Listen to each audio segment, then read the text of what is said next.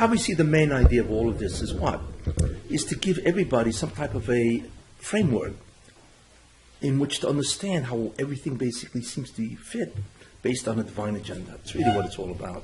That this isn't just chance, and everybody's just doing what they do, just happens to be there. But there's an incredible divine agenda plan that is what's called incessantly trying to bring the end. We don't realize that, but the Revelation wants to bring the end desperately. It's hard to say desperately by the Revelation, but that's his. That's it. In fact, I'll talk about it more next week. But there's a medrash. It's really a Yalkut, where it says that the Revelation is mitzapeh for the Yeshua. You know what mitzapeh means? He looks forward. You know what that means? Look forward, anticipates. It's like you tell a 10-year-old kid, we're going to Disney World. He says, wow, right? I mean, whatever turns these guys on, That's anticipation with bated breath. And the Russian is waiting for that. That's what he wants, In any case, I need to start this year off with these ideas. When a person distorts reality about who he is, that's called arrogance, ego-driven or whatever. But there are different levels of ego where a person distorts reality in terms of who he thinks he is. The worst level is called megalomaniac. Megalomaniac is delusional. He thinks he's the only one that exists. Although he knows there are other people, but it's almost a delusion. It's almost like I'm the only one that is. Period. That's psychotic. There are a few people in history that were megalomaniacs, and so on. So that's the one level of grandiosity. Like the level of a child. No, actually, that is the level of an infant. They are megalomaniacs. The thing is, they're not psychotic. That's normal for an infant. It's only later on when he realizes that he's not the only one around that he begins to what's called curtail his delusional thinking, and it becomes realistic. But anyway, that's part of growth, by the way. The realization that I'm not everything, that there's a lot of others out there, you see. In Kabbalah, it's called moichin. Moichin in Kabbalah means consciousness, awareness. And the whole tachas of the Bria is to develop moichin, or greater and greater consciousness of reality. And one of the greatest of all consciousnesses or awarenesses is the awareness that what? That I am zero, and Einay Milvadoi. The Revelation is everything. But that takes time. But it's funny how an infant starts. He starts with, I am everything. The first beginning, because he doesn't see an other, and so on. And slowly he begins to, as they say, curtail or restrict the abnormal view, which for him is normal, obviously. And he begins to see the concept of other, and finally, hopefully, with the introduction of Torah and Yiddishkeit and so on and so forth, he begins to see that I am zero.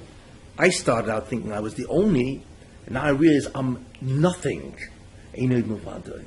That's really the growth pattern. It should be the growth pattern of humans. That's what the Buddhism wants. But anyway, so that's what a megalomaniac is. Okay. Then we have what's called an egomaniac. It's not too far behind, but it's a little better. An egomaniac is somebody who says that there are others that exist, but basically they're all subhuman. I'm the only normal guy. I'm the only mensch. I'm the only one. Everybody else is fundamentally behemoths, all subhumans. Again, that's obviously, that's extreme gaiva or arrogance. So that's the concept. No, it's not psychotic. Unfortunately, it's not psychotic. But believe me, it borders. So he thinks everybody else is it's not that I'm superior. It's subhuman. Okay, that's meaning egomaniac. Then you have an egocentric. These are all interesting descriptions. The egocentric says that, of course, I exist and you exist, right? You're not subhuman. But I want to tell you something. The only rationale for your existence is to serve me. I am the center. In other words, I admit you exist and you're not subhuman, you're human. But your whole tachas, your whole purpose in life is to serve me. You see? That's your worth. Okay? That's egocentric, which is pretty bad. Although what's interesting when you find Ben Azai, that a person can say, B'shvili nivra olam. You know, you have the concept, that sounds like an egocentric, but the truth is that it's true. That is, a person who does the Ratzon HaBorei can say that people are used to serve him because that's what the Baruch Hashem does. Not that because he is superior, it's because he's doing the Ratzon HaBorei. Therefore, people serve him. The Baruch Hashem uses many people or nations to serve the Jews. Does that mean they're egocentric? Of course not. It's because they are special, number one, and number two, because they do his Ratzon, they do the mitzvahs. Therefore, they are privileged and they deserve to be served by others. See? But it's more a matter of merit than it is of anything else. What was that? Well, no, servant. No, well, that doesn't mean they're not your servants. No, but on the other side. Yeah. But what it means is that a great deal of what they do is in your service or benefits you, and that's why it is. That's egocentric. But when a person thinks that way, obviously it's not very normal because he thinks everybody. Because I am, you know who I am? You see, the Jews are egocentric, but in a normal way, because the Baruch Hashem said, I choose you. So what else are we supposed to believe? It's not because we think we're special because we are great. It's because the Baruch Hashem chose us, and therefore we know we're great. I mean, what are we supposed to think, If we're a prince of a king, we're his prince, that's why we're great. You see what I'm saying? And the second reason why Jews are great, because they, hopefully, by and large, they do the will of God. That's why. It's not because they are be'etzem. Although really, once they were chosen, then they are greater because the Baruch Hashem gave them the neshama, and the neshama is infinitely greater than the neshama of other people. I don't want to get into that. But anyway, it's another derech and so on. But so that's concept of egocentricity. Okay?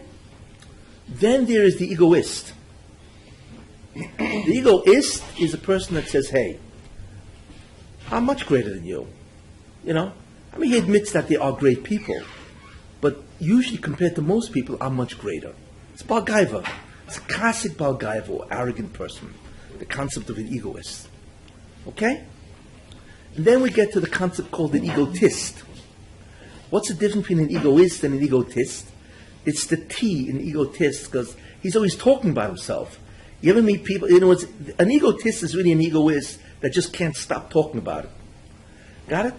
So the T means talking, You ever meet guys that, it's funny, all they talk about is themselves. It's like, of course they admit you exist and so on, but they are so enamored of themselves, they just do not stop talking about themselves. You see, or they're always trying to promote themselves in a very strong way. And then there's the most subtle form of gaiva, which most people do not realize, but it is gaiva. If you really want to understand, it's called self-complacency. Where a guy says, I'm human, you're all human, you all serve yourselves, not just me. We're all in the same pot, in that sense, We're equal. However, I am somebody. I'm entitled to my will. That's the subtlest form of distortion of self. Why?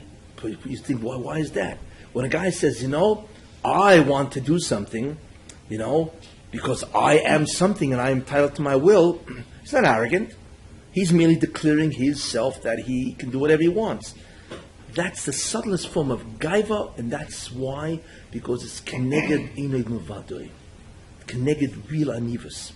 Those are the different levels, 6 levels of gaiva, and fundamentally they all assume that you are something.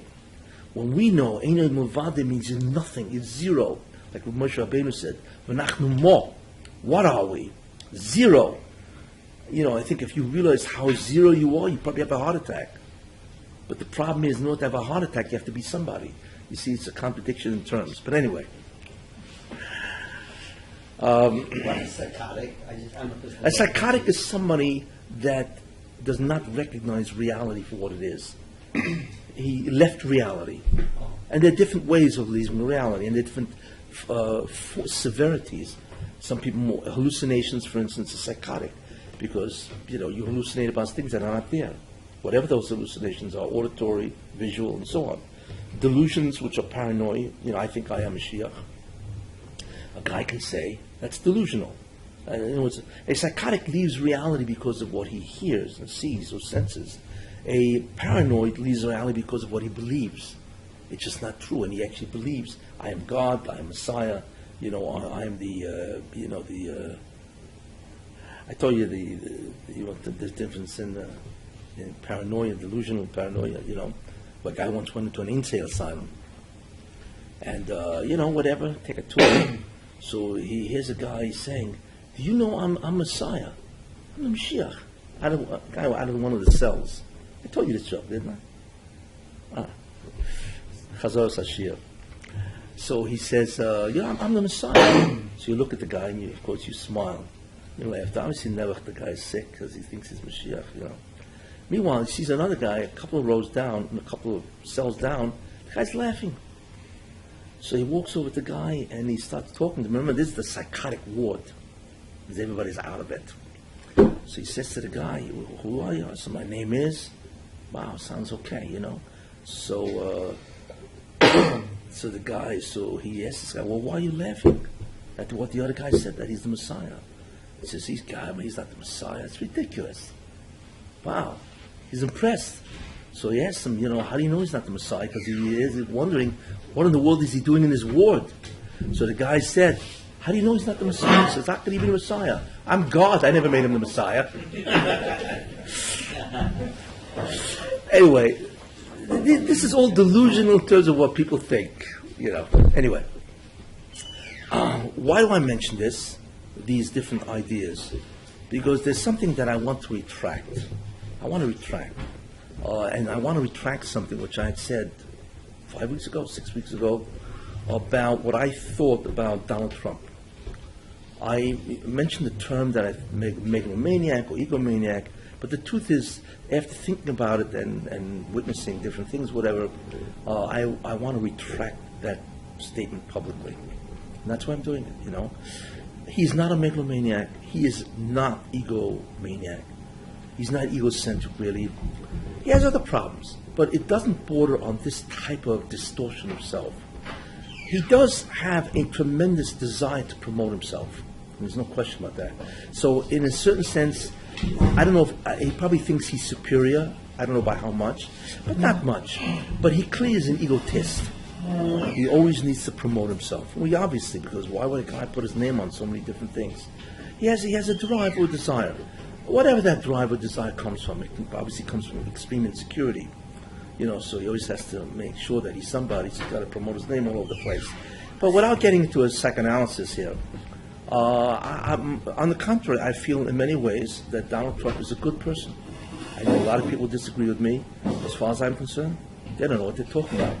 He's a good person. He has his faults, but don't we all? He's a good person. He's upstanding, and he's normal. He's a normal businessman that tries to get ahead. And that doesn't mean he hasn't manipulated people or he hasn't done whatever they do in business. Everybody does that, But it's in a normal way. The only problem with him, obviously, he's always trying to promote himself in some way. But really, in many ways, he does recognize people. I think he's very good to people. I'm convinced of that. I think he's very fair. In many ways, I think he'll be a great president. As far as I'm concerned, I think he will be president for the reasons that I've mentioned. So I want to retract that, and I want to say that I believe that he's a decent, good person, and he will do great things for America, as I mentioned previously.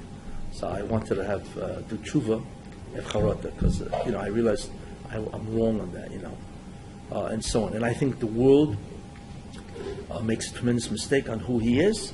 I think a lot of it is promoted by jealousy. One, they're incredibly jealous of him. He's a world-known celebrity. I mean, he's incredible. And he's also obviously very wealthy. So there's an enormous amount of kino. It's always like that, and so on.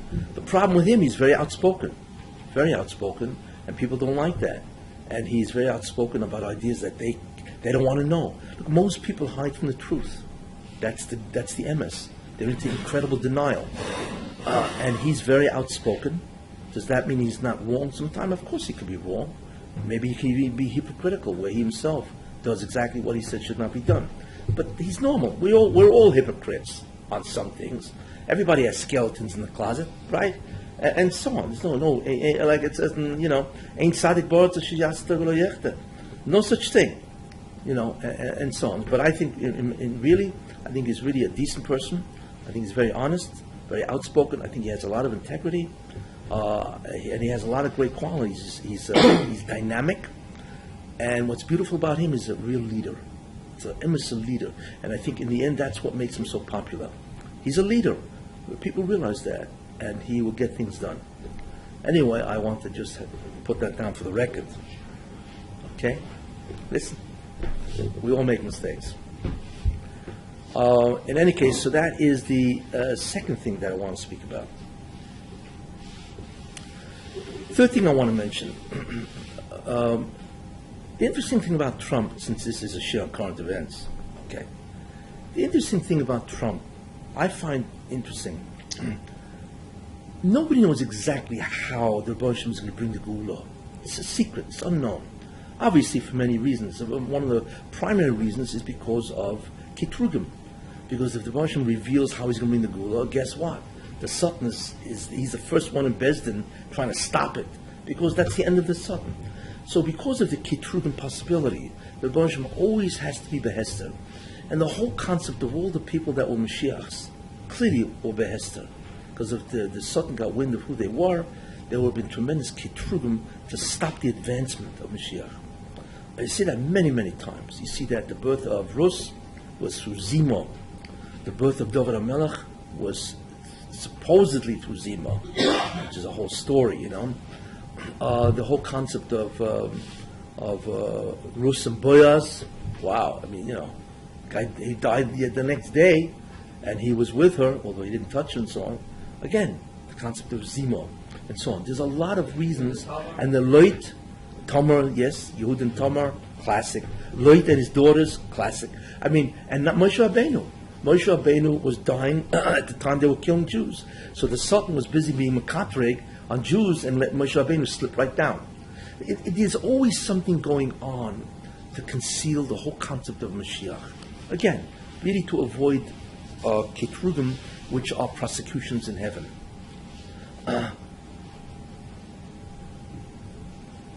Therefore, I had mentioned that I believe the gematria I mentioned of Donald Trump is Mashiach ben David. Now, wow, what does that mean? Okay, look, of course he's not the Mashiach for obvious reasons and so on. But I do believe something. When you take a look at mankind, 7.5 billion people, you know what I'm saying? Most of them are not evil. Mankind isn't an evil. They make mistakes. Everybody has to survive, and they struggle. I mean, look at America. Most of America is decent. They're good people. They are good people. They want to do good. The problem with them is that their leaders are destructive, and so on. Or whatever. There are so many different ways of going astray. But when you look at the nature of man, or the nature, certainly, I believe, of American citizens, Americans are good-natured. They're in many ways good-hearted. Listen, they give more foreign aid to every country in the world than all the other nations combined. And if the American citizens didn't want it, then Congress couldn't do it. So Americans are really, in that sense, very good. You know, does the Russian want to destroy America because of a couple of terrible people that introduced incredible amoral or anti-moral policies, like Arthur Kennedy of the Supreme Court, that mocked same-gender marriages and mocked the whole concept of anti-discrimination against gays. So America's schuldig, and what are they supposed to do? You know, or because of a guy like Obama that's trying to destroy America, and now everybody can use the same bathroom or whatever this guy's doing and so on and so forth. You know, it's not likely that the Russian wants to destroy America. If Hillary becomes president, she will destroy America. There's no doubt about that, because she herself is incompetent. She's incredibly ignorant, incredibly arrogant, and an unbelievably angry person. I mean, when you hear people testify about who she was in the White House, a shudder runs down your back. You want this as president? But besides that, she's going to increase the debt. America owes $19 trillion. You have no idea what $19 trillion. What $19 trillion is? I'll tell you. You know what $1 trillion is? It's a number. You know? It's a number. You know, my neighbor, you know, I'm worth $1 million, let's say a guy says. My neighbor's worth $1 billion. The other guy's worth $1 trillion. It's like, what does that mean? I will tell you. Imagine if you have $100 bills. You remember I once told you this? If you have $100 bills, Yes? And you stack it up to make $1 million. $100 bills, stack it up to make $1 million. How high is it stacked?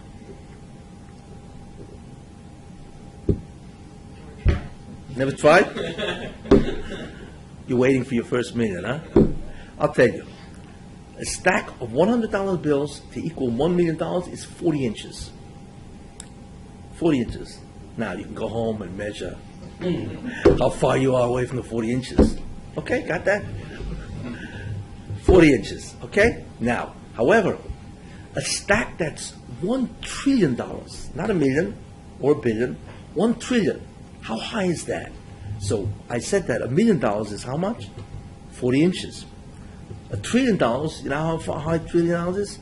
674 miles. Let me repeat that for those of you in shock. 674 miles of hundreds. Now, imagine 19 of those. That's 19 times almost 700 miles. That's incredible. You see, and that's what America owes. And that's what we think they owe. They really owe much more. It's called unfunded securities, right? Because they stole all the money in Social Security. There's nothing there. All there is a note of IOU saying to Congress, we owe Social Security, whatever trillions of dollars. Well, this is a joke. It's a gelächter, So they owe all that money back to Social Security. So they say the unfunded liabilities of America borders on $75 trillion. 75 trillion dollars, yeah.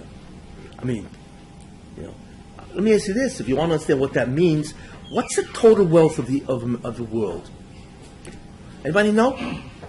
If you added everybody's bank account, right, and maybe everybody's whatever, a lot of things worth money. If you added, right, everybody's bank account, everybody's income, everybody's savings, whatever, how much would it be worth? What is the accumulated wealth of the planet? You know what it is? $250 trillion. It's a lot of money, because you can see. And we owe 75. Right? Hillary will just accelerate that process.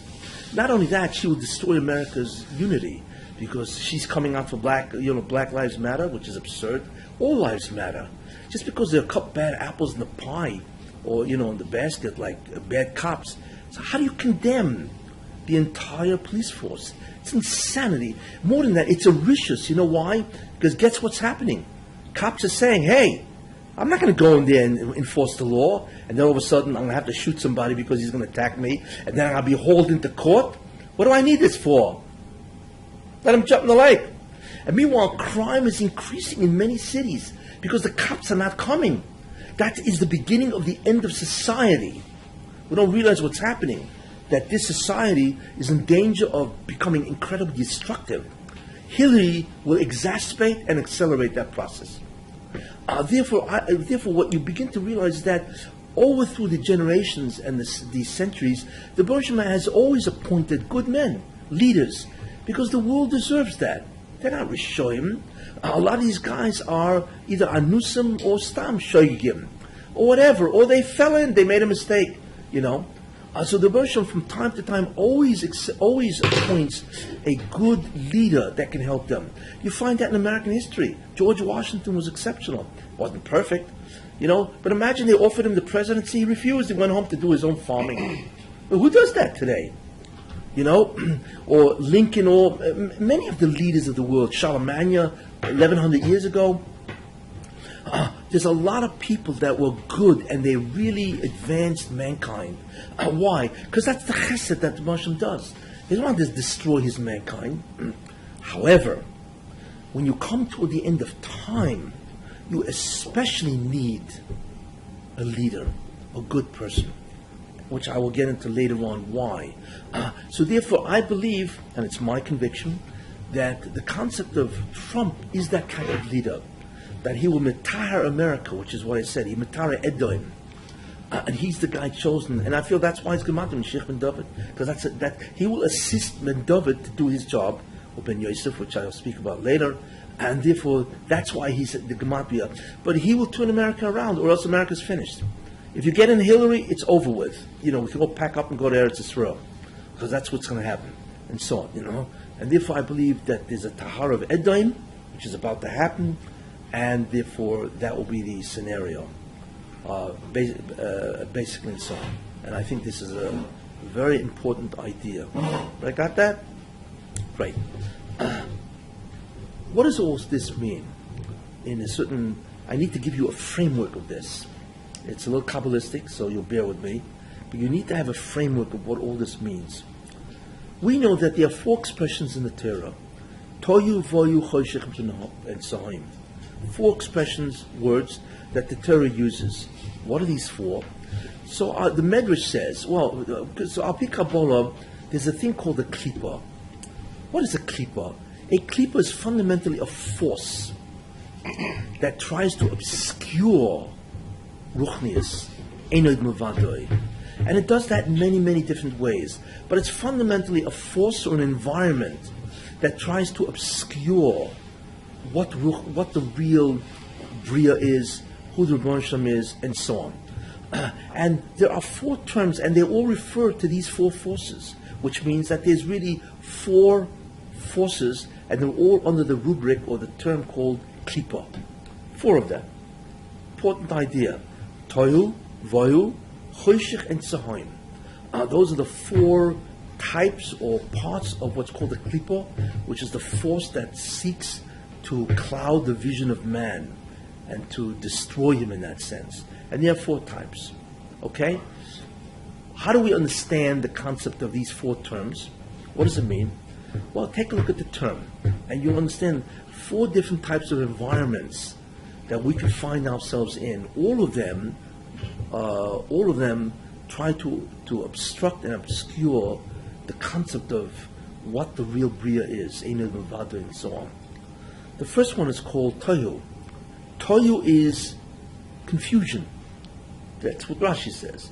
All of a sudden you look at it and you're like confused. What does it mean? It means that you're found in a time when you have Ruchnius, right, and Gashmius at the same time. So you're confused. You don't know what's good. You have evil and, let's say, Toiv, Ruchnius and Gashmius. It's all hitting you at the same time. Okay? So you don't know which way to go. You don't know which one's right, because they all make sense. That is Toiv. Voyu is basically the absence of Ruchnius. And it's really the promotion of Gashmius. Real materialism. Then you have Choshech. Okay. So remember, when both exist at the same time, in the same place, that's Toyu. Voyu is called emptiness. And the emptiness is what? Is when there is no real Ruchnius. That's gone. It's basically all pleasure and materialism and so on. Then the third obscurity is when a framework of reality is presented, which is the exact opposite of Ruchnius. There's an alternative reality. What does that mean, for instance? There is no God, Chas v'Shalom. No, it's science. You don't need God. You have science. That type of... In other words, when the world is an environment which has removed Ruchnius and has substituted an alternative belief system, you see, that's Choshech, darkness. It's interesting. And that's why it's true darkness. Because not only is there no Ruchnius, not only is there no Ruchnius and Gashmius together, and there's no Ruchnius, there's mamash another system that claims to have the real belief, which is anti-Torah, anti the whole hashkaf of Torah. And the last klipa, which is Tohim, the sea, because the sea is huge, wide, that is when the third klipa, called Choshech, spreads throughout the entire world. Those are basically the 4 different types of situations, environments, or circumstances that these forces try to promote. All of them, obviously, are trying to get you not to do the Ratzon HaBorei and not to do any mitzvahs. Got it? Important. Therefore, there are 4. Remember, and they represent the 4 klipas. These are also named in Yecheskel by the Meisim Merkava. It's very important. In order for... Are these 4 types of klipos that you find, or is it... anytime there's a klipa, it'll fall into one of these 4 categories? Yeah, basically, yeah. Now, Yecheskel, in order for a Navi to do his Nevuah, most people don't really know what a Navi is. What a Navi is that he would meditate and utter certain shemus. It's called Yehudim of shemus. And you had to go to school for this. It was a whole program of what to do. Okay, so what he would do is he would go to school, B'nai Nevi'im, that's what they really were, and he would learn how to be a Navi, which means he would learn an incredible, he would have to develop Midas, Tzitkus, it's a whole program and so on. But in terms of the intellectual aspect, he would develop what the Yehudim are, what the divine names that he had to meditate on, you see? And how would he proceed? What happens, he would remain here, because he's not leaving anywhere, right? What he would do is close his eyes, okay, shut them, and all of a sudden, by beginning to meditate on these names, he would automatically cease to experience any outside senses. Everything shuts down, where he's completely oblivious of the outside world. And it's imposed, it's forced. And immediately he would see in his imagination, because we all have imaginations, right? And we're able to develop pictures in our imagination, right? Maris and so on. He would automatically begin to see visions. And those visions are from the Olamus Elyonim, whatever, and so on. But before he went through that, Reb Chaim Vital says, interesting, in Shari Kedusha, he would have to go through the Olam of the Klippas. Wow. To get to the Ruchnias, he'd have to go through the Klippas. You see? So he would see what's called the four worlds of the Klippas. You see? And they are described in Yecheskel. And by the way, why are there four? Because there are four worlds of Ruchnias. There's Abiyah, Atzilus, Bria, Yitzira, and Asiya. So therefore, connected that, because Zelu, Mazeh, Boral, Kim, you'd have the four words of the Klippa. Anyway. Simultaneous as he went through them, or were they? No, one sound. He went first to the Klippas. First to the Klippas and then through the four then he worlds. went to the Kedusha. Yeah, to the, and so on. So that's why it says when Yecheskel, the vision he saw, what he was doing was really ascending, not physically, but through his imagination and so on. He saw the different worlds of the Klippa, and so on. So the first world he saw was the worst of them all. It's called Ruach Sa'ora, stormy wind. That's the worst. That's the equivalent of, forget it. I mean, there's zero presence of the Rebbeinu in that world. Not only zero, but it's a complete opposite of the Ruchnis to Gabriel. Then he would go, that's Ruach Sa'ora, stormy wind. You look at Cheskel, see it there. But now I'm telling you what it is. The second world he would go, it's called Onan Gadol, a big cloud. Okay, and that was a complete obscurity, right, of the Emes. The third Klippa he would go through, it goes from the worst, better and better until you get out. The third world he would go is called Eishmas Lakachas, a flashing fire. It means it's fire, there's light, and it's flashing. Okay? Which means it's getting closer to the truth, right? But it's still a Klippa. It's still an enormous amount of obscurity. And the last world he would go through, which is the easiest of the Klippas, or forces, is called Noiga.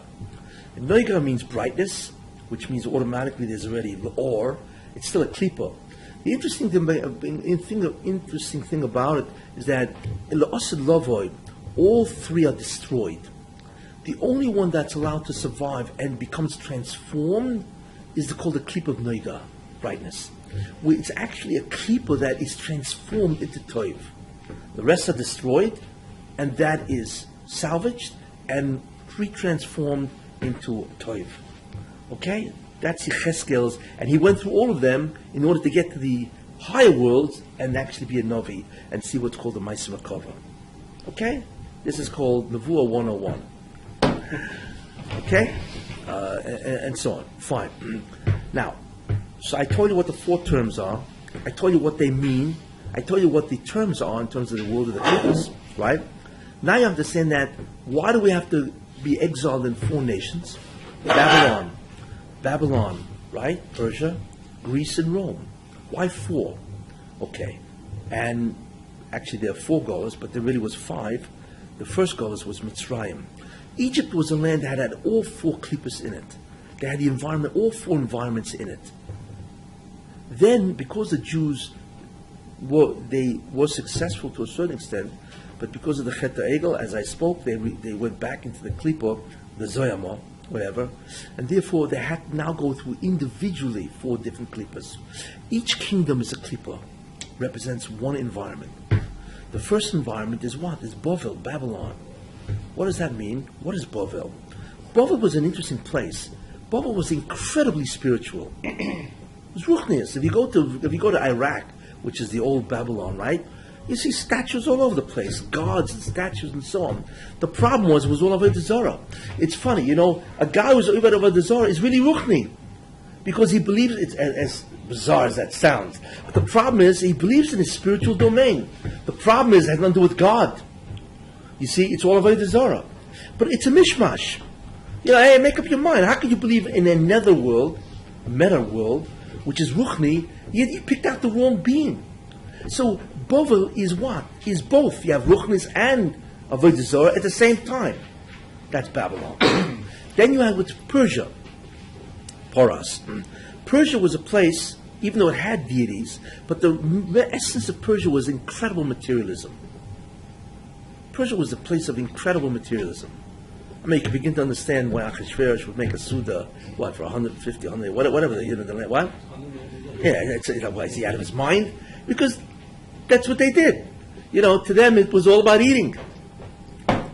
And so on. That's Persia. Then the next klipa, so that's Toyu, emptiness.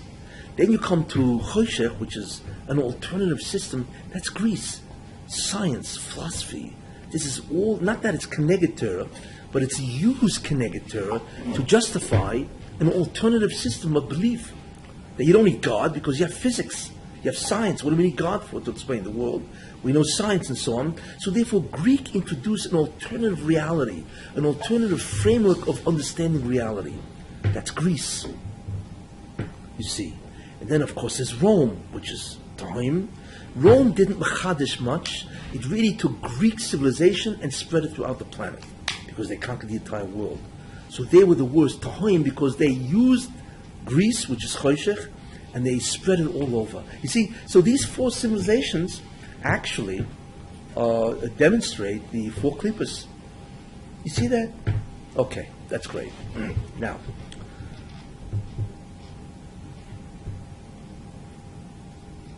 where am I going with this?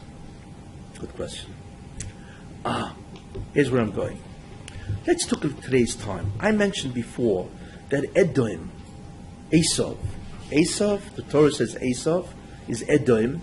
The Gemara says Edom is Rome, right? We know Rome is Christianity, and Christianity is Western civilization.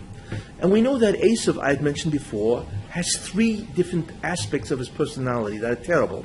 One is he's incredible Bagaiva, unbelievably arrogant, yes. The second aspect of Eisav is what? Is that he is fraud. He's imposter. Mrama bepeh, right? He's a fraud. Do I have to give mice and salt? We know it's incredible imposter. He's a fraud. He's a faker. That's the second aspect of Eisav. And the third aspect of Eisav is about taiva. Incredibly into taiva. And so on. Okay. Therefore, I had mentioned that Western civilization has three of those characteristics. First characteristic is what? Is the Gaiva of Eisav. And who is the Gaiva of Eisav? Which aspect of Western civilization? And the answer, it is Russia. Because Russia is Edom, because of the Russian Orthodox Church, which is Christianity and Western civilization. But it's Russia in the worst possible form called communism. Communism, which is completely atheistic, is the worst klipa of Edom, okay, and which is atheistic. One, I mentioned that the fraud of Eisav, in a certain extent, is who? Is Europe. Europe is Christian, but they killed an incredible amount of Eden. I mean, not that Russia was under communism, how many people they killed. I mean, what's his name? Khrushchev, I think he killed, I forgot, over 10 million Ukrainians. It's beyond belief what these guys kill when they get it into their mind, what they kill and so on. Then Europe, which professes belief in Ruchni's spirituality, their guy and so on and so forth. We can begin to know the amount of Jews that were killed in the pogroms, right? The Crusades, the expulsions, right? The Holocaust. I mean, it's beyond belief what they did. And then you have America, which is the land of Taiva, right? America is the Toiv Sheba Eisav. Remember I mentioned that? It's a good part of Eisav. That's what America is. It's Eisav, Edom, but it's a good part. And we know, remember I told you that the good part of Eisav is what? Keep it over aim, right? That was the good part of Eisav. Well, the only country in the world, I think, basically that has Mother's Day and Father's Day is America, because that's the good part of Eisav. And when you take a look at the world, then you begin to understand what's happening in this. Is in the end of time, the Baruch Hashem brings down Edom. And he told that by Yaakov Avinu when he saw the ladder. So he saw all the Golus is going up and so on. And he saw Edom is going up and up and up. Hey, it's not coming down. So Baruch Hashem said, don't worry, I will bring Edom down. What does that mean? It's not all of Edom that the Baruch Hashem will bring down. He's going to bring down the worst aspects of Edom, right? And you have to remember also, every klipa itself has those four in it. For instance, the worst part, let's say, which is Ruach Sa'ora, right? A stormy wind, that itself has the 4 parts, because they have gradations in each one itself, you see. So therefore, Edom has those 4 parts. Okay, so if you look at it, what are the 4 parts? And the Baruch Hashem is destroying them, which is interesting. Communism, he destroyed.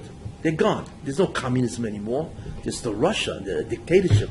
But that dictatorship is not communist. He destroyed communism. That was the worst part of the clip of Edom, which we are in, and he destroyed the worst part. Besides that, okay, he also destroyed the Tsars, because they were terrible. How many Jews they killed, what the Tsars did, the pogroms, it's just beyond belief. Government-sponsored pogroms, it was just incredible.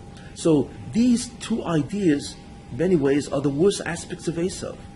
You could say that they're the Ruach Sa'ora, where actually the communism is the Ruach Sa'ora. It's the greatest because it completely removes God from anything, and so on. And then under the Tsars, which was terrible for the Jews, the Russians were unbelievably anti-Semitic, and so on.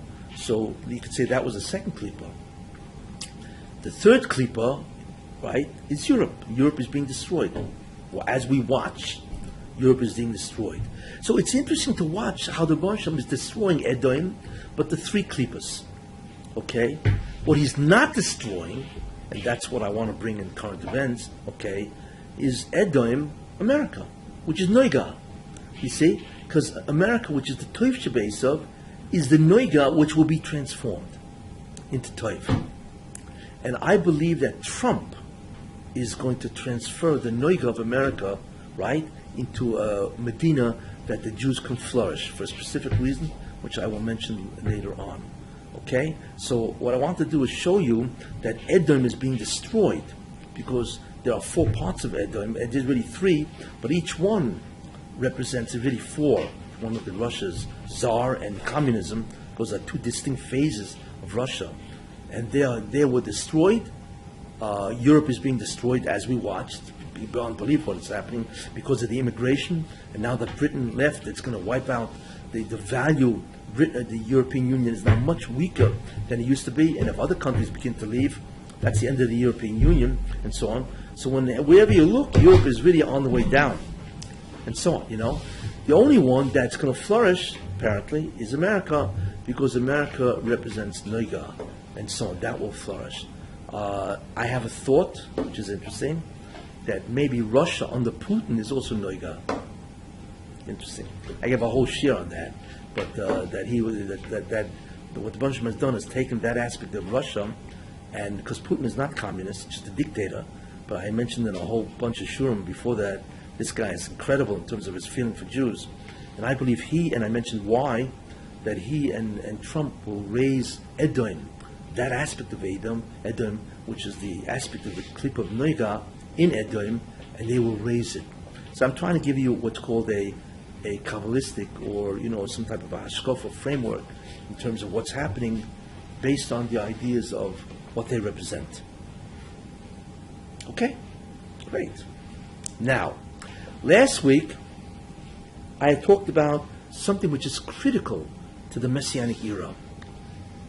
And it's something which I believe is going to transpire in the next 15 years. I talked about the Orishan, the Messianic light.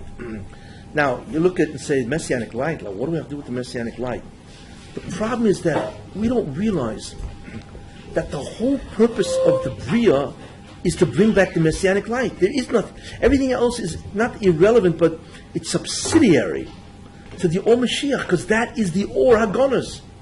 It's called the Orishan, the first light, the Or Hagonos, the concealed light, and the Or Mashiach. That is critical.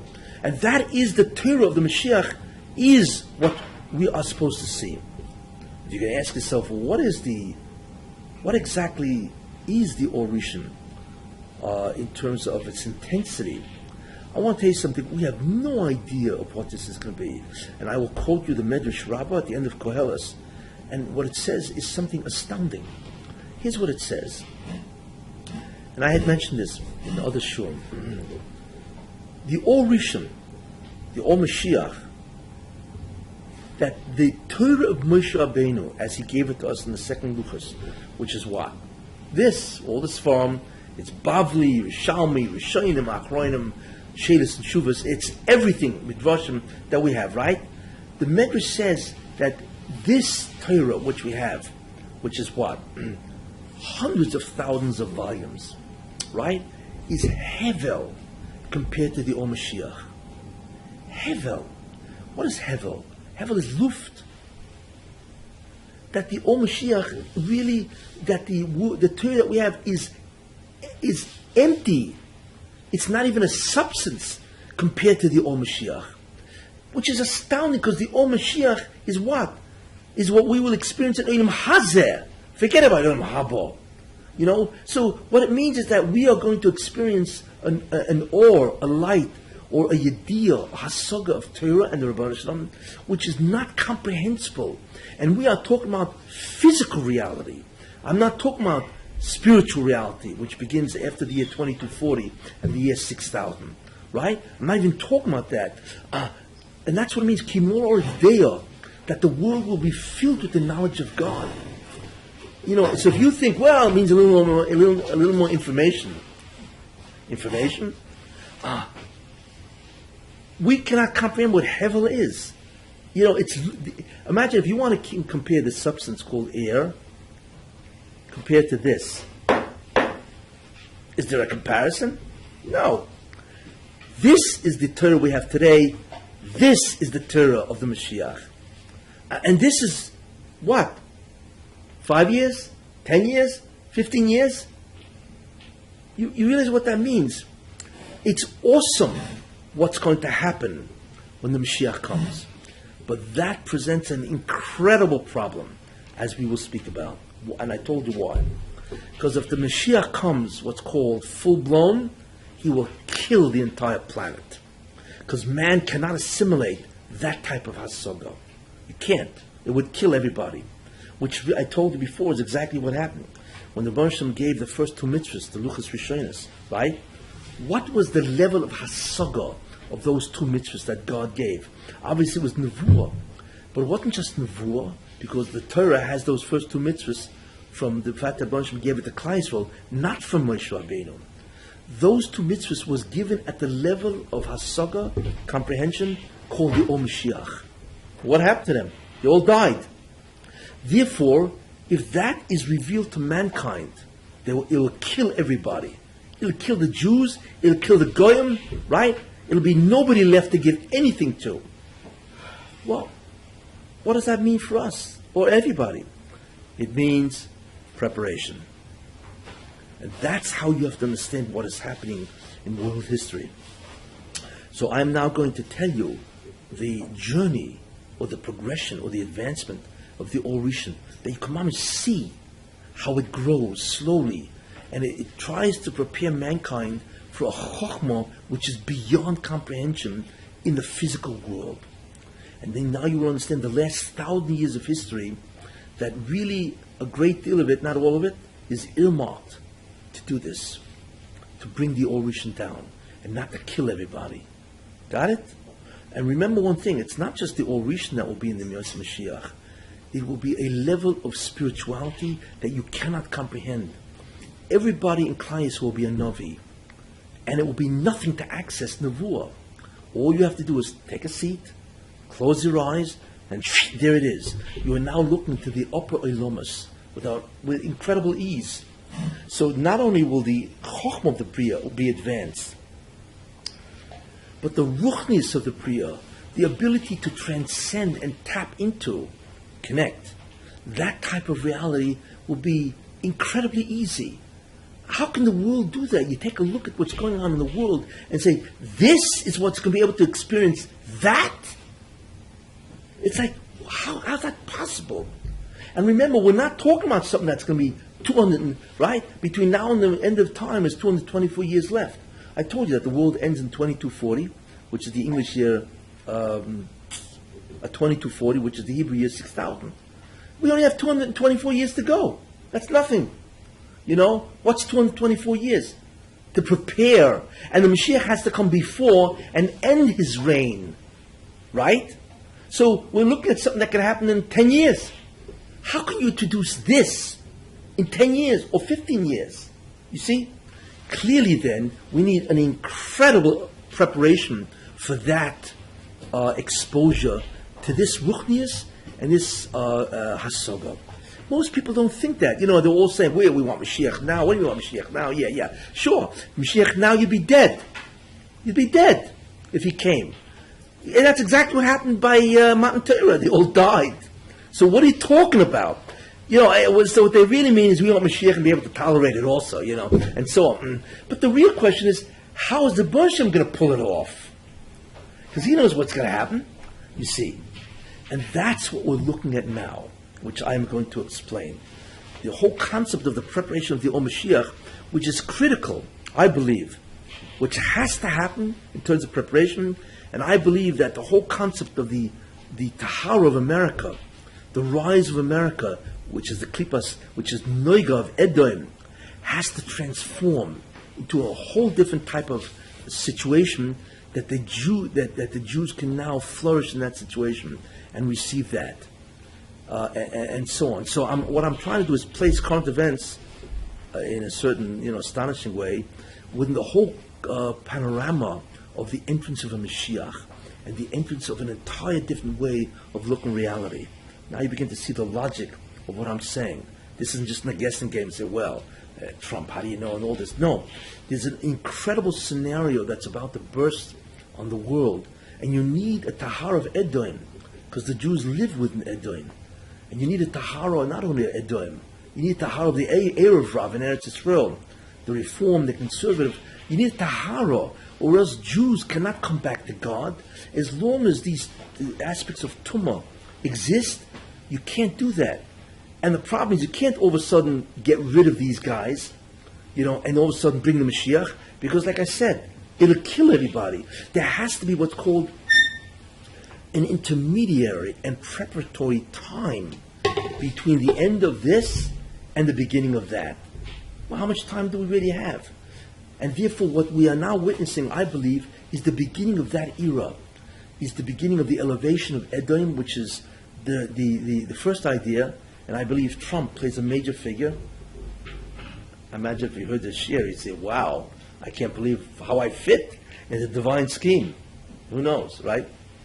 But I believe that's really what it is, as strange as it sounds. Because remember, it's not enough to destroy the Klippas, to destroy the worst parts of Edom, right? To destroy the Erev Rav. And the Erev Rav is the Klippa of Judaism against Torah and so on. It's not enough. You need what's called an intermediary time, which is the preparatory time, in order to be able to makabel an or of that type of or, which is the Mashiach. Or else it can never be. I'm not even talking about, the or of Olam Haba. That same medrash, by the way, it says, you got to hear this medrash to complete that medrash. Not only is the Torah of Moshe Rabbeinu, which is everything we have, Hevel, compared to the Or Mashiach, which is in the physical world. I mean, it's ot, as they say in Yiddish, right? But the Medrash continues and says that the Torah of Or Mashiach is Hevel compared to the Torah of Olam Haba. Believe this? It's like, what is this? It's astounding what the Baruch Shem has ready for Klal Yisrael and for whoever Zoicha, Goyim, even Goyim, to whoever Zoicha to Olam Haba. What will happen in Olam Haba, I know so. We cannot, and we're not getting into what will happen in Olam Haba, but we cannot comprehend the hasoga, the life knowledge, and the experience of what it means to be alive in Olam Haba. I think if the Baruch Shem showed you Olam Haba, whatever, I think that would destroy your Bechira. That's the end of Bechira. Because that kind of a life, if he showed you the Or Mashiach, the messianic light, right, it would destroy your Bechira. Totally. Because it's something beyond comprehension. And it's exhilarating. It's unbelievable, and so on. So therefore, what is happening now, I believe we're now about to enter, we are leaving the time of the Klippa, as I said, and we are now entering the concept of preparation. Preparation for the Or Mashiach, and I will show you that that's exactly what happened by Matan Torah. Without that preparation, and as it was that Jews died, but there was an incredible preparation for the Jews to go from Memtes Shari Tumah to Nun Shari Bina, which is the Luchas Rishonis. Look what they had to traverse. And as it is, they basically didn't make it. And there were reasons for that. But anyway, so if they who were greater than us in the sense they had Moshe Rabbeinu, they had Amram, and you had Levi, you had all these incredible tzaddikim. If they couldn't make it, what are we going to say? So we clearly need an incredible preparatory time. So in order to understand that, you need to understand what's called the history for the last 1,000 years, which I will go through you, and you'll be startled by what is really the preparation for Or Mashiach in actual historical events. And once you understand the principle, you immediately understand the nature of the historical event. It becomes obvious. And there's certain things that will be shocking in terms of what's about to happen. But remember, we are now about to do that, and I will just give you one idea to introduce, and then, because I'll have to next time do the complete, I'm just sorry. It just takes time. The Zohar says that we know that the year 1240, which is 800-900 years ago, right? 1240 is equivalent to the year 5000. 5000, if you remember, on the creation calendar is Thursday night, 6 o'clock. Remember, 6 days, 6,000 years, 5,000 years, 5 days. 6th day is 5 o'clock, is 6 o'clock. Let's assume the hours are equal. 6 p.m. Thursday night, right, is the beginning of the Friday, which is Erev Shabbos. So you understand the logic. So you have 1240, which is 5,000, which is really Thursday night at 6 p.m., which is Erev Shabbos, which is the Hachonah for Shabbos.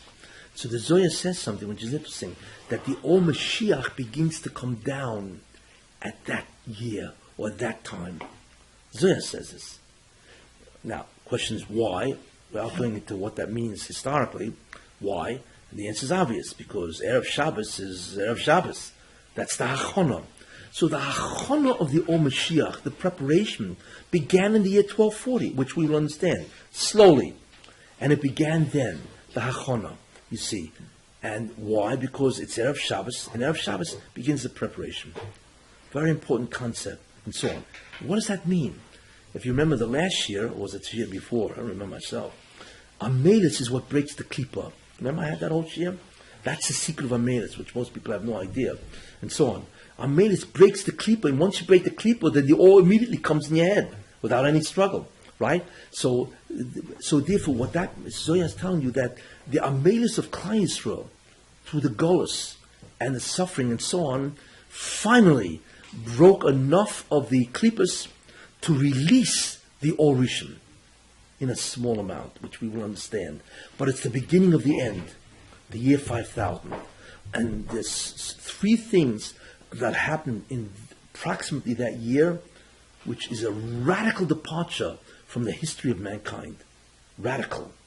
And the reason for that, as I said, is because the descent of the Or Rishon, you see, which happens on Erev Shabbos, the year 5000, which is the beginning of preparation for Shabbos, which of course is the 7,000th year, and the Tosfos Shabbos is really the Or Mashiach. We are getting into that, and so on. And this is what happened. So I'm just bringing you up to speed, as they say, that it finally worked in the year 1240, which is the year 5000. And then from there, you actually see the incredible preparation in steps of the Or Mashiach coming out in the Klal Yisrael. You see, once you have that, then you have to understand what's going to happen, I think, with America, and how this is going to assist the Orishon from going from preparatory to true revelation. And that's what we are in the midst of, which should be fabulous news. Okay? So what I've done now is put the whole context of current events within the context of an entire messianic era. That's what I've done, you see. And we'll have to do that next week to go through the whole thing and how the Baruch Shalom is going to move the preparation and what's going to happen, which is astounding. My only hope, because remember that the only one who can predict what's going to happen is a Navi. Why? Because he's been told by the Rebbeinu Shalom. And even he may not be right. Why? Because if he predicts disaster, like Yoina, it may not happen because the Rebbeinu Shalom is Messianic, because the Rachmim of the Rebbeinu Shalom. A nevuah of destruction may not happen. A nevuah of Toiv will happen. But a nevuah of destruction may not, even if a Navi tells you, because there's always Rachmanis, there's chus of people, they can always Mishana. I told you 2 weeks ago what my worry is. That's scenario. So this is scenario 1.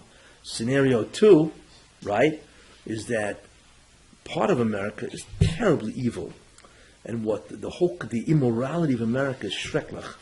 And I'm always afraid because I realized that from New Orleans. But I told you why New Orleans happened, right? Remember that, right? Why New Orleans happened? Who? A mini marble. I told you why it happened, right? Remember that year? Okay. No. Well, very simply, is because Wednesday was what's called Southern Decadence Day.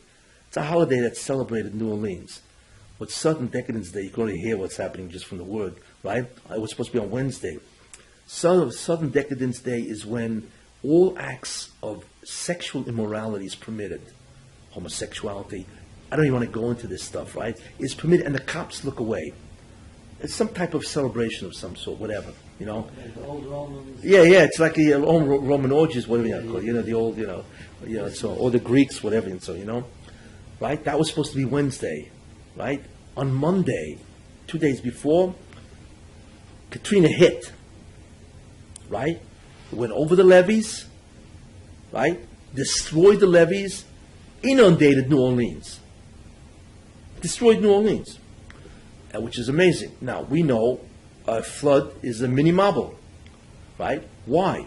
Because the Baruch Shem said, I will not tolerate the legalization, or not. It's not even legalization, because they didn't legalize this stuff. They just allowed it. I will not tolerate an entire city. He wiped them out with a mini marble, which is the same by the Torah marble, right? He wiped them out because of what they did, the homosexuality and all that kind of stuff. So I realized that the Baruch Shem is tired of this. You can use that lashon. That he's no longer exercising the Rachmim to save a city. He will wipe out a city.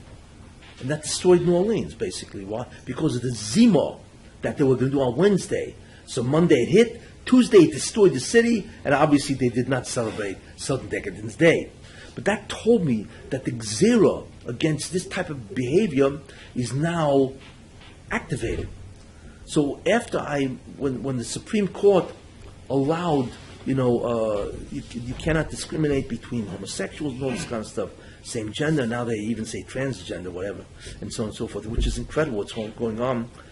It's always possible, remember, that the Jews don't have enough schus, or the Baruch Shem is saying, I'm not going to go, which I'm talking about scene 1, I'm going to do scene 2. I'm going to wipe out America. Or severely destroy them, severely paralyze them. And you know how he's going to do that? So I once asked myself, how's he going to do that? I mean, as it is, we're experiencing extreme weather, correct? Okay, yeah, that's local stuff. But he can easily destroy America. You know how? Hillary. Hillary can destroy America. A bad leader, an evil, corrupt leader, right, can easily destroy a country. In fact, that's the problem of the whole world. Every country that has a dictator that's evil is bankrupt, or it's on the way down. I mean, look at Venezuela. It's like beyond belief what's happening to that country. Anyway, all he has to do is appoint Hillary, and she'll destroy America. Like I told you, the debt, corruption, every trade deal that's bad for America, immigration, she'll mata 19 million illegal immigrants. They'll take, it's a whole litany of things that can destroy America. And she will continue to do what Obama did, which is destroy America. That's fundamentally what his job was, and so on. And that's how America can be managed America. That is scenario 2, and it may happen. We don't know, between the Bezdin and the Milo, what they're doing up there, I guarantee you there's an awesome Bezdin up there. Yes, scenario 1 or scenario 2. What should we do? Matar Edom or destroy Edom? Rosh Hashanah before or after the election? What? Rosh Hashanah is before or after the election? Rosh Hashanah is before the elections. Yeah. So you can't predict. And you see, that this is the problem, So I can just place in front of you 2 scenes. The hashkafa, the framework, the logic, and so on. I feel that scenario 1 is going to win. However, who knows what scenario 2 is going to do, And you never know. So as far as I'm concerned, if Hillary becomes president, it's all the way downhill. If Trump becomes president, it's the beginning of... But I want to tell you, either way will bring the Mashiach, don't get me wrong. The question is which path, and so on, Is it method A or method B? I think I have a gut feeling of method A and not method B, but it could be method B. If she wins, you're looking at it for a terrible time with America. One of the reasons why I think it will not be method B, I'll tell you why. Part of the reason, I'll tell you the rest later, is because if America goes, the entire world will collapse. Because America is the world. It has all the consumers, it's the currency, it's the financials. The whole world really waits for America. It's obvious, The incredible thing is Obama doesn't even recognize that. And he could change the world for good, and so on. And therefore, if America goes, look at the world now. Weren't there always world leaders? Yes, but most of them are what? They're corrupt, or they're anti-Semitic, or they're despots, dictators. Just take a look at the world. I'm saying throughout history, there was always one nation that was the world leader. Yeah, it was always a world power. But then they died. Because they were corrupt, yeah. But the world didn't collapse because of it. No. Don't compare Rome in its day and America in its day. Today, everything is connected. Everything. Rome in its day, they were conquerors, and the reason why Rome conquered everybody was one. They were not anti-Semitic. They just wanted money, tribute. It's all about cash. That's what it's all about. That's why they were conquered and so on. But the fall of Rome didn't affect their province. Because there's no internet, there's no banking system, there's nothing. So they fall, okay. It doesn't affect another country, it doesn't affect their agriculture. Most of the world was agricultural. You know what I'm saying? They still grow their crops, even if they're not around. Today, like I always say, how do we know that Japan will not attack America today? What started World War II, right? We had Germany, right? The Axis powers, right? Germany, Italy, which is 0 today. It's interesting that Russia was destroying Italy because of the Pope. But it's interesting. But Japan, how do we know that Japan will not attack America? There can never be a Pearl Harbor. You know how we know? Because they own half the United States. Don't they? You have any idea how much Japan owns in the United States? Or how much China owns? So why would they make war with their own property? The world is so connected today that nobody could afford a war. You can't have a world war anymore, really, because everybody owns everybody else. Or the economies are tied. Everything is tied today. So a war against one country means the destruction of yourself, you see. Therefore, that will not happen anymore. So the problem is if America falls or really goes down much worse, the entire world will go with it. And I do not believe that is a scenario that is inviting or conducive to the entrance of the Orishan. Even as a retaliation against the Zemo. Correct, yeah. There are other ways to retaliate against Zemo. But I do not believe, I hope I'm right, that Moshe will not destroy America. If he destroys America, he fundamentally destroys the world. If America goes into a depression, everybody follows. Everybody. It's over. Then the dollar crashes. It's no dollar. You know that the reserve currency of the world is the dollar? Most nations don't have gold. What do they have? They have dollars, which are backed by gold. Ha ha. Right? Believe me, the dollar's not backed by gold. That's an old-time myth. Some of it is, but, So if America crashes, it means the dollar crashes. right? The dollar crashes. That means all those companies that have their revenue, their income in dollars, they crash, right? So everybody crashed. That means nobody has any money to buy anything anymore. What about Switzerland? Switzerland? Nah, after they took all that money out of the banks, what do they have? How? The IRS forced the Switzerland to reveal everybody. So I guarantee everybody took their money out of Switzerland and put them who knows where. Some other Switzerland, Switzerland is nothing near what it used to be. That's an einish to Switzerland, because what they did was how much money of Jews they stole. But the problem is that the dollar crashes, which is really, if America loses its credit rating because they owe $80 trillion, not unfunded, but really, right? Nobody wants American dollars anymore. It's worthless. They say after Germany was destroyed after World War II, if you wanted to buy a Mickey Mouse watch, you had to have 80 million francs or something like that. Not francs, Deutsche marks and so on. So it was worthless. Or the greatest depression of war was Zimbabwe. I think it cost you, in order to buy a loaf of bread, you had to spend 2 billion Zimbabwe dollars to buy a loaf of bread. It's a joke, so that's why America cannot fall. Besides, that type of destruction, which is global, will not happen, because of the interconnectedness between everything, and that cannot be a conducive way to bring the Mashiach. As you will see, the only way the Orishan can come is in a situation of tremendous peace and tranquility, because transformation cannot take place in a time which is catastrophic, tragic, persecutory.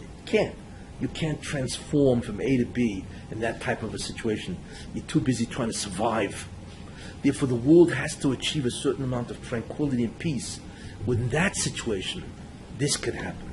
So therefore, you can't do that to America. On the contrary, to create that situation, which you'll understand soon, you need to have that America has to be elevated to a tremendous state, you see. Anyway, there it is. So we can still hold on to our bank accounts, dollars. Okay, any questions? Wow. Either all of you completely disagreed with me, and you don't even want to bother telling me, or you bought everything. Well, whatever it is. Next week, I'm going to go into the whole history of the Orishan, and you're going to find incredible, it's astounding when you begin to understand that from the framework of the Or, which is really what the Baruch wants to do. And then we're going to talk about the real preparation of how the Mashiach has to enter, and what does that have to do with the world and so on. And that's really the proper way to look at world history. What can I tell you? The way the Rebbe explained Tell You B'Voyu, what is the interest threat exactly to say, I'm going to turn the world back to Tell You B'Voyu? I'm going to turn it back to Torah? No, he said that if they're not Makabel the Torah. He didn't say that. Well, you mean matter of fact, that's what will happen if you don't accept the Torah. Yeah, because then, Tell You B'Voyu. Which means that the world will be restored to chaos. It means there's no point. By matter, but nothing, by not taking the Torah, they should change the doctrine that way. Just by not having the Torah, that's what it is. That's certainly what it is, but there's no justification for the Kiyum of the Bria. Basically, that's what it means. Okay. Am I what? What'd you say? What? He's saying if Plan B, America goes under.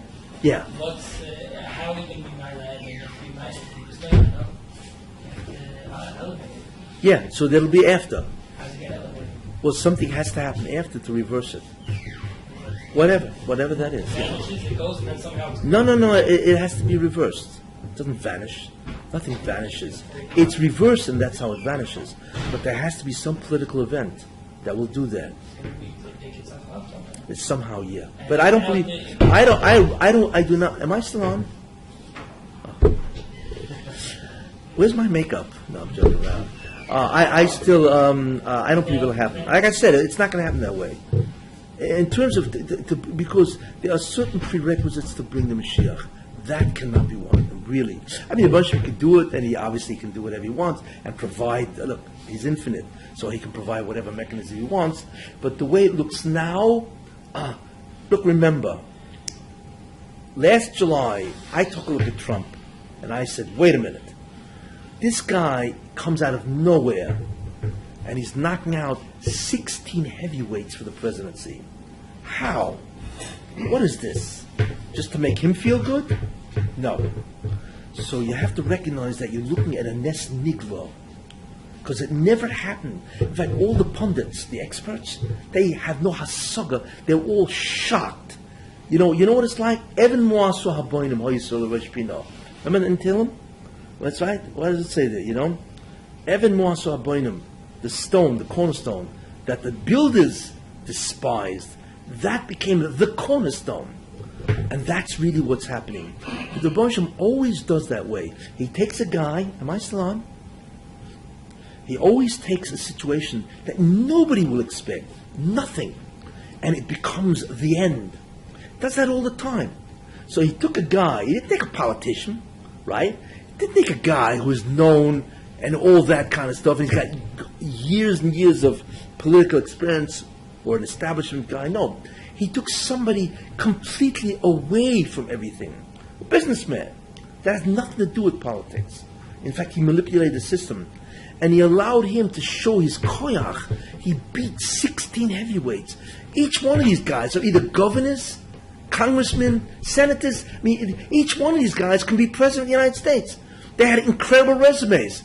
How does this beat that? That's the Nes. You need, and people don't understand that. So in the beginning, they just laughed at him. He's the clown act in the nomination process. But they're fools. They don't look at the nisim. That's why you realize that what's happening with Trump replicates, in many ways, the same type of device that the Rebbe always does, when in many ways it's messianic. He takes a zero, and he becomes the melech. Not that Trump is the melech. But to Matar Edom, he's going to take a guy who's not, of course Trump is known, he has to go through Teva, but he's going to take a guy who has nothing to do with politics, except that he manipulated politics as a businessman.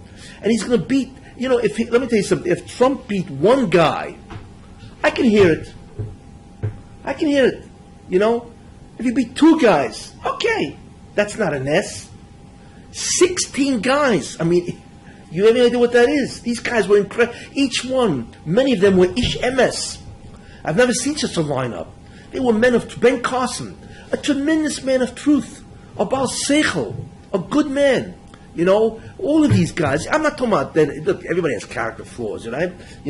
Or even what's his name, Marco Rubio. He's a bright guy, a good guy, and he's an Ish Toiv. A Cruz is Zich a good guy. Cruz is an outstanding guy, brilliant guy, and so on. A senator, he was the attorney general of Texas. Come on, how do you win against these guys, right?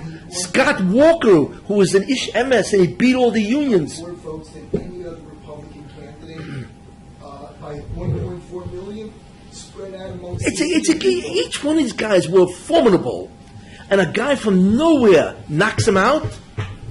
What is that? That is the handwriting of God telling you, watch what I'm about to do.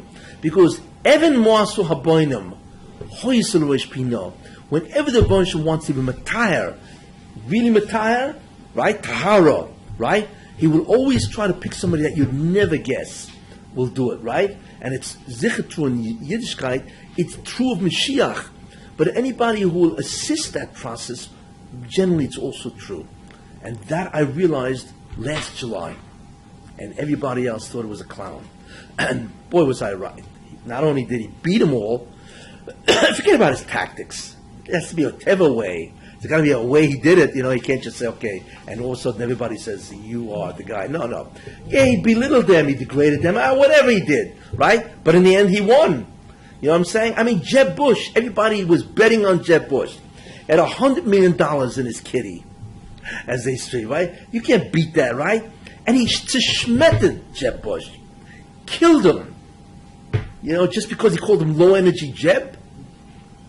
So what? He killed Bush, Marco, Cruz. He killed them all. Why? How? Evan Moasu Haboinim. Because his job is to matahar America. And there's incredible kitrugim against Trump. He doesn't realize they're after him in Shemayim. Not the Tzara Toiv, but the Tzara Ra. And I told you, with that whole group of prosecuting attorneys in heaven, There's the Malach of Yishmael, and boy is he after him. Because Obama, his man, it's his Yishmael, you know? And now he's going to put up, so at least, what's her name? Hillary, she's what's called she's a quasi-Yishmael, because she was going to support all his policies. They're all after him. That's why. And of course, what the Sultan is doing is marshalling all his forces, which is the media, the establishment, right? And the Hamoinam, right? To go against Trump, because everybody's after him. But the Rosh is laughing at all this. Evan Moaso Habayim Hoislo Rosh Bini. And what does it say right after that? Me'es Hashem Hoyesizos. You can only explain this because it's from God. He neflos beinenu. This is astounding to watch. That's it. He is the Mekayim, that person can tell him. Why? Because he's part of the process of a messianic entrance. To be Mechant Klal Yisrael for the end. There you are. Just have to keep your eyes and ears open. And know some hashkafa.